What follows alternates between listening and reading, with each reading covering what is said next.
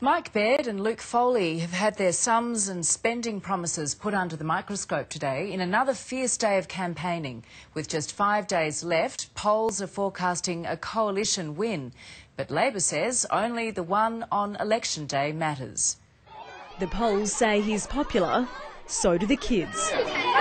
The last week of the campaign, and it was all hugs and high fives. The Premier was mobbed in Balgowlah as he spruiked the government's $20 million plan for 45,000 new before and after school care places. To have that facility gives families a choice and gives them flexibility. It was a candid Premier who addressed 6,000 future leaders, primary school captains from across the state. The Premier revealing his interest in leadership came well after leaving school. I think you're right. I think you found me out. I did take it for granted and I shouldn't have. I should have started much earlier in that pursuit. So thank you. Opposition leader Luke Foley headed south, walking the Rockdale Mall with local candidate Steve Camper. How are you? I'm Luke. The Liberals snatched the seat in 2011. On Saturday, it's one of the seats within Labor's reach. We hope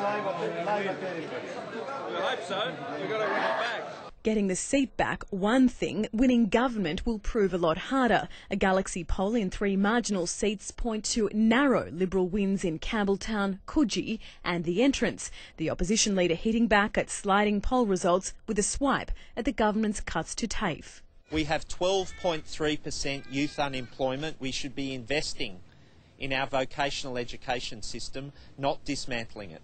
And after months of promises, both parties have had their election commitments scrutinised by the Independent Budget Office. Labor and the government are heading towards a surplus. Labor's is higher, almost $1.48 billion by 2017-18, $1.07 billion for the government.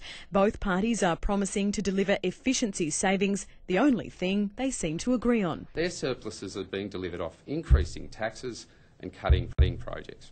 It's quite simple.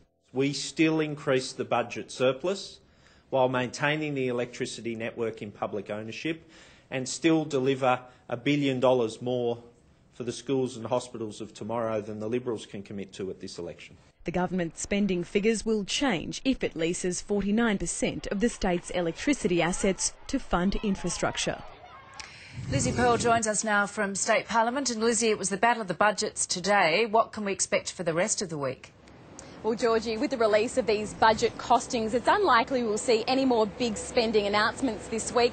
For both leaders, the last few days of the campaign is all about getting out and about, being seen, meeting as many people as possible in those key electorates. For the Premier, he'll spend much of the week in Western Sydney. He's expected to make a return trip to the battleground of the Central Coast, while for the opposition leader, Luke Foley, he is on the North Coast tonight. Tomorrow, he'll spend time in 3 seats, Ballina, Tweed Heads and Lismore, 3 key seats which are very much in play for the Labor Party. Georgie?